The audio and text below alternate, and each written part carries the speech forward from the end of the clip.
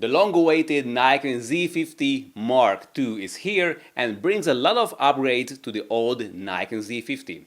Though it has the same APS-C sensor, but it got a redesigned body and a lot of advanced features. So how does it hold up in real life, and is it worth switching? Hi, my name is Miklos Meyer. I'm a photography tour guide in Budapest, Hungary, and I've been using the old Nikon Z50 for years now, and I have reviewed many of the Nikon Z cameras on my channel. So when Nikon gave me the Z50 Mark II, I got really excited and put it to the test. In this review, I will go through what's new in the body, what it feels like to use it in real life, what the image quality is like, how the improved autofocus holds up in real life, and we will go through the improvements made in the video mode. Let's see the old Nikon Z50 and the Mark II version side by side. What has changed? The size and the overall design is roughly the same, but the Mark II version comes with a much deeper grip, which makes it so much better to hold in the hands. It really felt comfortable. The materials used are the similar high-quality ones used in the previous version that also reinforces this professional feel. The display finally got the major upgrade. Finally, it's a flip-out screen that you can flip to the side, down and up, and not that old version where it just came downwards. And this is excellent news, especially for videographers and bloggers. What didn't change is the sensor. This is the same 21 megapixel sensor found in the old Nikon Z50, which is, by the way, the same sensor found in the Nikon D500, which was introduced back in 2016. So although it's definitely not a new sensor, but it received the new XP7 processing engine, the same found in the Pro Nikon Z8, Z9 bodies, which means that we can have the same intelligent autofocus system and advanced video features. And this really shows that how much depends on the image processor unit and not on the sensor itself. Overall, the Z50 Mark II really feels like a bit downsized version of the Nikon Z6 Mark III, the same layout of buttons, quality materials, and a very comfortable grip. On the old Z50, we had those annoying fake buttons on the edge of the display, but on the Z50 Mark II, we finally get real buttons instead. So now the disp button and the zoom in and out functions have dedicated physical buttons that you can actually feel and press even with gloves on. And for me, that's a big improvement in everyday usability. Inherited from the big brother Z6 Mark III, we have a dedicated button for drive mode on the top left. As usual, on Nikons, we can select this to be single or low continuous, which can be customized from 1 to 5 FPS. And then there is the high and extended high continuous mode, which is 11 frames per second with mechanical and 15 frames per second with the electronic shutter.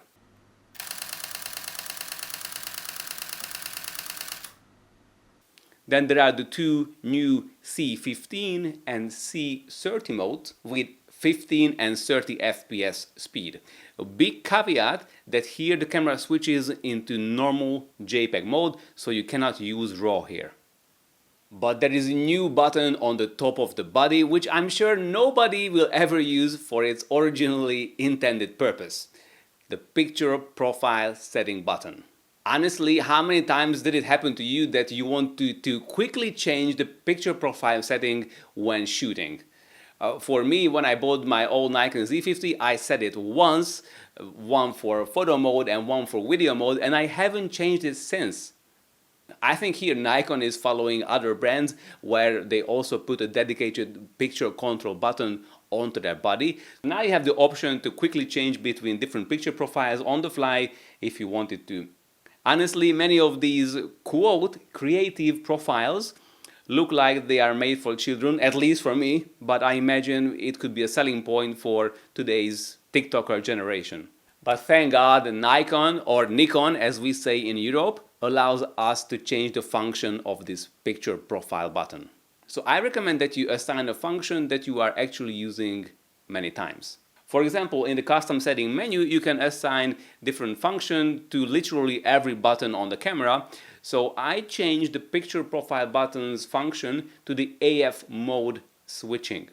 So now only the 3D and full area AF modes are ticked here, which means that anytime I press the picture profile button on the top, I can quickly change between full area AF and 3D tracking mode. And this is really useful because I don't have to go into the menu every time I want to change this. I just press the button on the top. And by the way, in 3D tracking, the camera follows and focuses on the thing that was behind the white square when you initiated the autofocus. So now I start focusing when the square is on the numbers, and as you can see, the camera then intelligently follows and focuses on that specific area.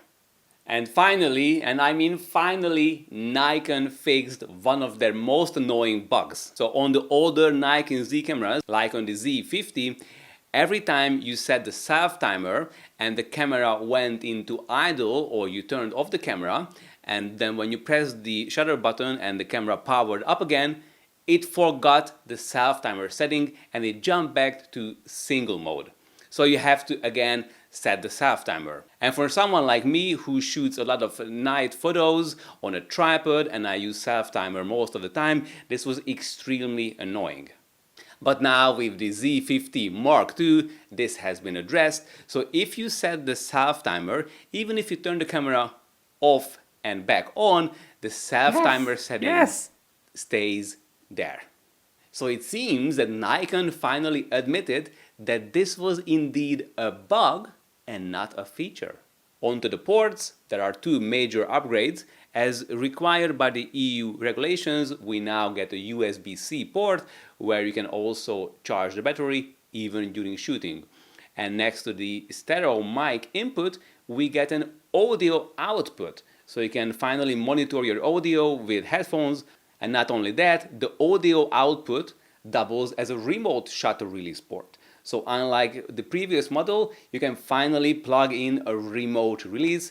The lack of the remote release port used to be a big pain point for the Nikon Z50. Another cool update is that the Nikon Z50 Mark II is compatible with the Nikon Imaging Cloud service. So if the body is connected to a Wi-Fi network, it can directly send up the photos into the Nikon cloud, and from there the images can automatically be transferred to other cloud services like Dropbox, Google Drive or Adobe. For most of the other cameras you need a smartphone for this, but in this case it's enough if the Nikon Z50 II just joins to a Wi-Fi network. I think this is a really usable feature, and unfortunately I forgot to test this one, sorry. What's really missing for me, and I know for a lot of other people as well, from the Nikon Z50 Mark II is the built-in image stabilization. So this sensor is still not stabilized. The Z50 Mark II doesn't have IBIS. So if you are shooting with a 56mm Wiltrox lens, which is not stabilized, and you are shooting a handheld video, this is how it looks like. The lack of IBIS tells me that Nikon doesn't take this crop sensor category really seriously. They don't think that the pros will buy crop sensor cameras, and just like other companies, Canon and Sony, Nikon is pushing people towards the full frame category because they can make a lot more money on them. And all their full frame Nikon Z cameras have IBIS. There are new, a bit more powerful batteries with the Z50 Mark II, but thank God we can use the old batteries as well. Despite the batteries being a little bit more powerful, the new image processing engine requires a lot more power, so the overall battery life hasn't changed according to Nikon. And as we got used to, there is the single SD card slot next to the battery. Now let's see the image quality of the Nikon Z50 Mark II. As this version has the exact same 20 megapixel sensor as the old model did, I cannot really tell you anything new about the image quality. It's the same overall very good quality. I really like its colors. At low ISOs, it produces fantastic results. Even at higher ISOs, you don't see that much noise. But to be honest, I don't know if it makes sense to talk about high ISO noise because we have so powerful noise removing tools with the AI. The dynamic range is also excellent, so this means that you can underexpose a lot and then you can push it back in post without introducing a lot of noise. Don't forget that you can download many of these sample RAW files at the link under the video. Let's see the renewed autofocus system of the Z50 Mark II.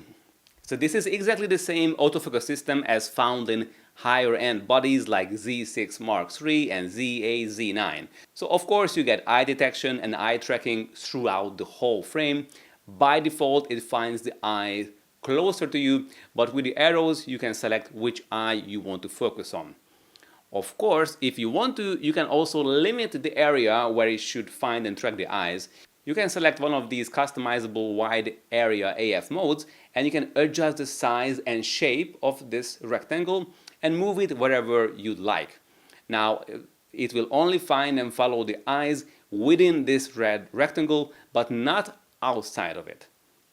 And the Z50 Mark II finds the eyes even when the subject is a lot further away, even when they are not facing us. And when my model turned backwards, it still tracked her head and did not switch back to the background. By the way, this is how an ISO 800 shot looks like after editing, but without any noise reduction. Then I wanted to test the tracking autofocus, so I asked Bianca to move further away and then run towards me. And I was impressed how far away it found the eyes.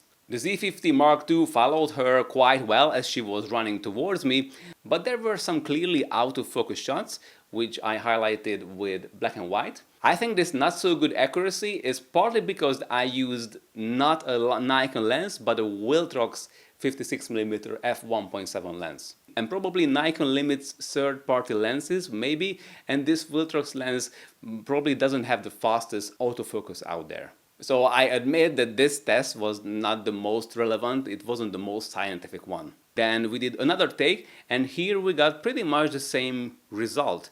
The camera found the eyes even very far away and tracking focus was generally good, but when she came closer, sometimes it went really out of focus and then it came back. Maybe it was because there wasn't that much light. As you can see, I had to use a high ISO. Who knows? Let me know down in the comments if you experienced similar things with the tracking autofocus. From the professional bodies, the Z50 Mark II also inherited the new AF subject recognition system. So now you can set it to animals, birds, airplanes, and vehicles. Of these, we have already had the animal option, but not the birds, so I went to test this one out. As you could expect in 2024, it automatically found the eyes of these ducks, and I was quite surprised how it automatically found and tracked this woodpecker in front of this really busy background and from such a long distance. I think that was quite impressive. And then I photographed this black water bird. I have no idea what they are called in English, and here the autofocus was again spot on. Then I photographed ducks from further away and I could easily select which duck's eyes I want to focus on and track around the frame. And as you can see, the camera had absolutely no problem tracking them around. And to test things out even more, I went behind some branches to give a more three-dimensional feeling, and the autofocus was still spot on the duck's eyes, even with these reeds in the foreground partly covering the duck. From the big brother Nikon Z6 Mark III, the whole menu system and a lot of advanced features made their way into the Nikon Z50 Mark II. So for example, there is the extended shutter speed option. If you turn that on, you can go up to 600 seconds, so a 10-minute long exposure, and with electronic shutter you can go as fast as 4,000ths of a second. And finally, they have improved the brightness of the live view at night, because on the older Nikon Z models, the live view at night was really dark and it wasn't easy to focus on the stars at all. But with the Z50 Mark II, just as with the Z8, Z9, Z6 Mark III, we get a live view that is much brighter and less noisy at night. This is how easy it is to manually focus on the belt of the Orion, even with the not so powerful 16 to 50 millimeter kit lens. And we have the starlight function here as well, which we can turn on and off, and this further brightens up the live view. But to be honest, it comes with noisiness, so in my opinion, even the normal improved live view was perfectly fine to use under the starry sky. The Z50 II also has the pre-release capture function. This lets you save images from before you fully press the shutter button up to 1 second early. As we are talking about the menu system, it's not all airy-fairy jolly good. Nikon, just like the other companies, is struggling on how to keep things organized in the menu system. In other words, the menu of most Nikons nowadays is far from logically organized. For example, there's a menu option for the shutter type in the custom settings area. You can set it to auto, electronic first, or mechanical shutter, but here you can't enable the fully electronic silent shutter. Why? Why? For this, you have to go into a totally different menu section and activate the silent mode instead. So why did they have to scatter these options that are completely related to each other? There's absolutely no point. So if you use silent photography a lot, I recommend that you put it into the eye menu, which you can absolutely customize both in photo and in video mode, or you can map it to one of the buttons. And by the way, all the buttons, I mean literally all the buttons, can be customized in the menu. For example, like on the Nikon Z6 Mark III, you can map the drive mode button to give a 5-star rating or take away that rating when previewing the images. So this makes culling the photos in post a lot easier. So what do you think about the Nikon Z50 Mark II? How do you like it? Would you upgrade? Is there something that you are missing? Let me know down in the comments. Let's see the video performance of the Nikon Z50 Mark II. Of course, there's a dedicated video mode that you can activate by the lever, and here in video mode we get the same autofocus as in photo mode, so it automatically finds and tracks eyes across the whole frame, and also with the animal's eyes without us having to press anything.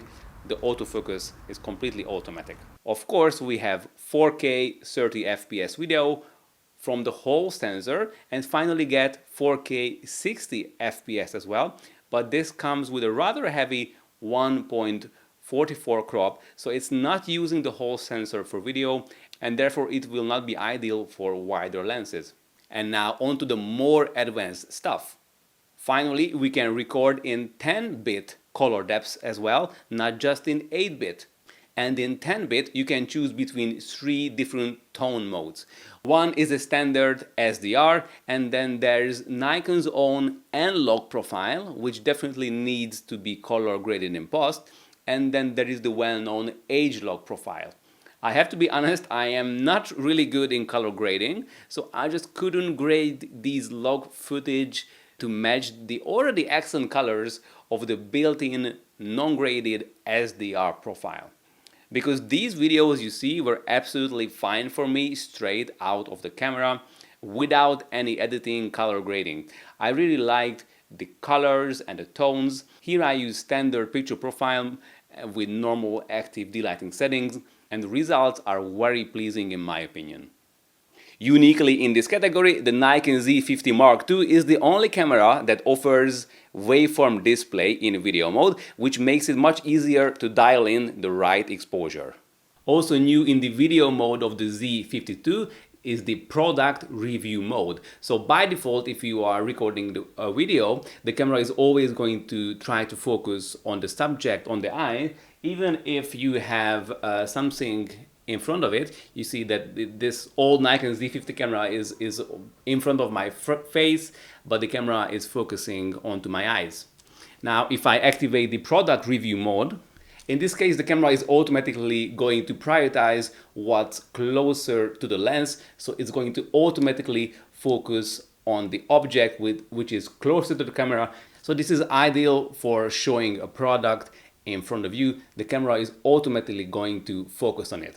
And what I really like is you can customize the area where the product review is working. So you can tell the camera which part, how big area in the center of the screen should it look for the object that is closer. And I also really liked that you can activate the product review mode even during filming. So you can turn it on or use the customize area option, or can turn it off even when the recording is going on. So now comes the big question. Should you upgrade from the original Z50 to the Mark II? Well, if you are mostly shooting landscapes or portraits, other than the better handling body with the better grip, there is nothing advocating for the change. The sensor and the resolution is the same, and this one also lacks the IBIS. However, if you shoot sports or wildlife, let's say you love shooting birds with a telelens, then I highly recommend switching to the Mark II because of the vastly improved autofocus. I also recommend to switch if you need top-of-the-line video features like N-log, age-log, or timecode or waveforms. And for people who often film themselves, like I do, the flippy screen is a huge plus for the Nikon Z50 Mark II. What is against this whole crop sensor Nikon Z category, in my opinion, is the lack of fast zoom lenses. There are just simply no dedicated f2.8 zooms from any of the manufacturers.